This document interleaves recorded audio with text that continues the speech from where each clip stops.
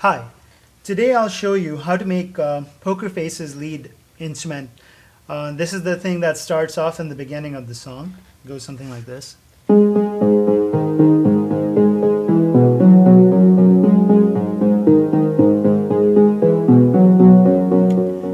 So pretty much what I did was I was looking for videos on how to do this. I'm new to the whole subtractive synthesis. And there was one video by this guy called boyinaband.com. I'll send you a link to his stuff. Really helpful. And pretty much I figured this out. He shows how to do this in Reason, and I saw how he did that and ported it over to Logic. So here I am showing you how to do it in Logic. Let's go ahead and reset this channel strip. Okay. So now I'm going to load up an instance of the ES2 subtractive synthesizer. Let's make it bigger. There's one patch called, one setting called Complete Reset you can find on the internet. I'll try and find a link and post it in the next couple of days for you. Pretty much resets everything to the default state. So you get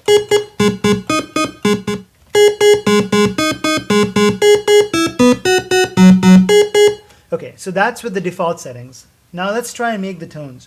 Boyinaband says to use pulse waves, and I tried messing with the sounds, but in Logic I felt that the best one to start off with would be the saw waves. It comes fairly close. So let's begin by choosing the saw wave over here, and let's take a listen. It's a bit too bright. Let's choose parallel. Not that I'm going to use this section anyway, but there, it's not as bright anymore. You need another oscillator along with it. Again, I'm going to choose a saw wave, so let's take a listen to it by itself. Same thing. I'm going to turn this down.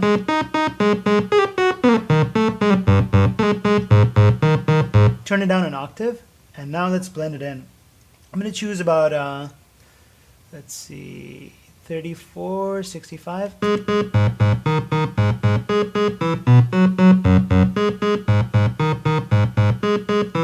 That sounded the best the last time I did it. Now, with unison, the two voices played together. It just sounds wider. I don't know what's going on behind it because I'm still learning, but it just gives it a better, wider sound. Okay, so if I detune this by a little bit, like -4 cents, it just makes it sound a little fatter. So let's try and mess with the filter now. These, starting from here, are going into this filter.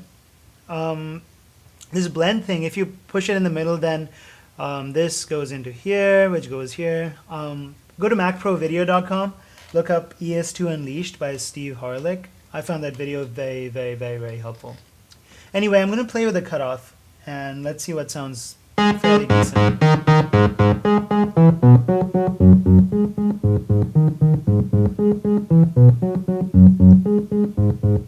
Yeah, that sounds pretty good. Just going to play around.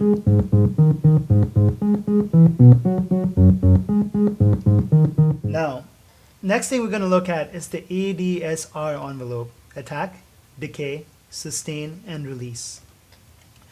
Let's go ahead and reset everything. You hear the pluck? It's just like the instantaneous notes. I'm not going to go into detail on how this works. Again, I'm learning, and macprovideo.com, awesome website. So let's mess with the decay.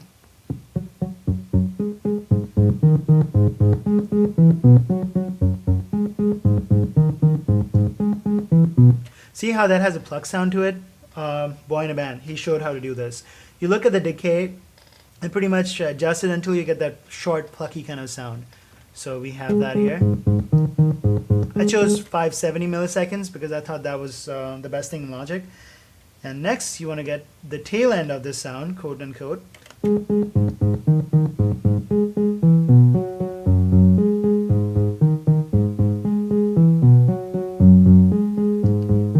Yeah, just enough so it's not overpowering and it sounds pretty decent. So we have 570 for the decay, about 380 for the release. Now I want to turn up the drive of the signal because you see how it's pretty weak over here? Let's go ahead and saturate it up a bit.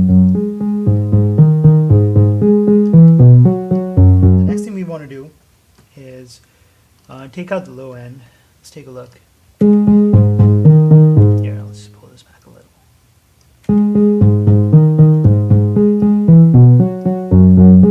Yeah, see, there's so much low information. We want to cut that low, cut out the low frequencies.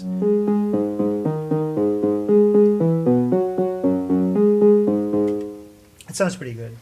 So let's go ahead and keep it at that. And next I want to do is widen up the signal. In Reason, what he did was he sent it out through something called a stereo imager. The closest thing I could find here, imaging direction mixer. The stereo spread, I don't know, it just, according to Mac Pro Video, it takes like random points of the signal and pans them left and right. I wasn't too happy with what was happening there, so I just chose the direction mixer. Let's add some chorusing to the signal.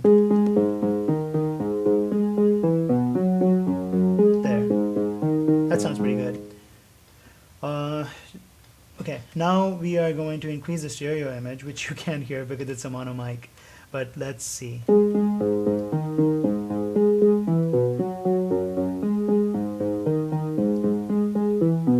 Okay, there. I pushed it out, I widened the signal up a bit. And then the next thing we want to do after that is add a little bit of delay to it. I played around with the tape delay, the stereo delay. I like the stereo delay the best. You don't need to do anything. Just slap it on. Sounds good as is. Here.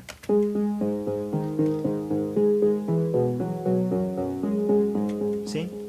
Bypass.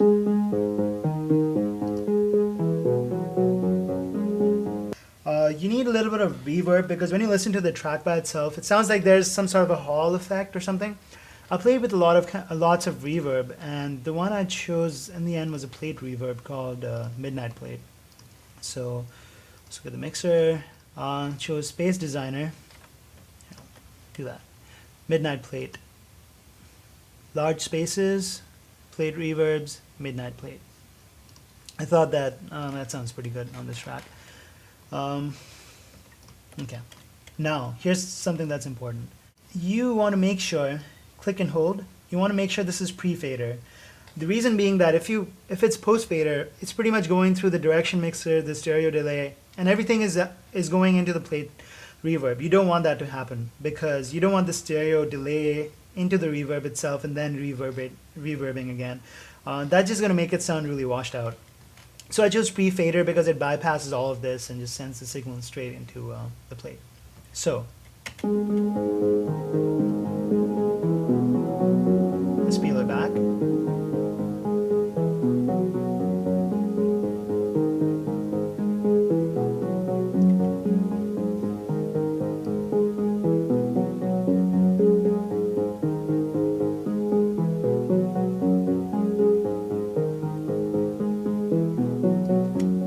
Sounds pretty decent. Now let's try and increase the gain of this guy. Dynamics, limiter. You can use the gain utility. I'm just going to choose the limiter so that I can just get it up high enough and not and squash the signal. I could compress it, but this way, sorry, I don't want to squash the signals. I just want to crunch the peaks a little bit. So here we go.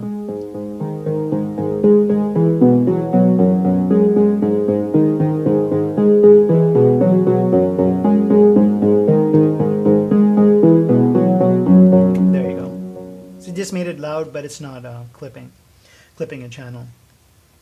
So let's see. I think that covers it. So here we go. It's notes again, and the result.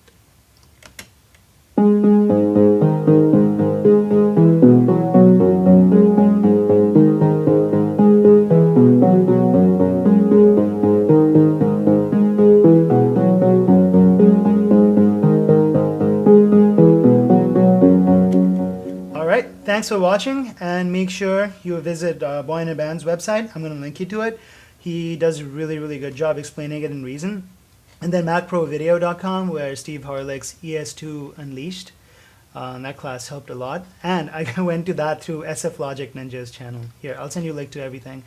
I love the YouTube community out there. I've learned so much, and here's my chance to give something back. Enjoy.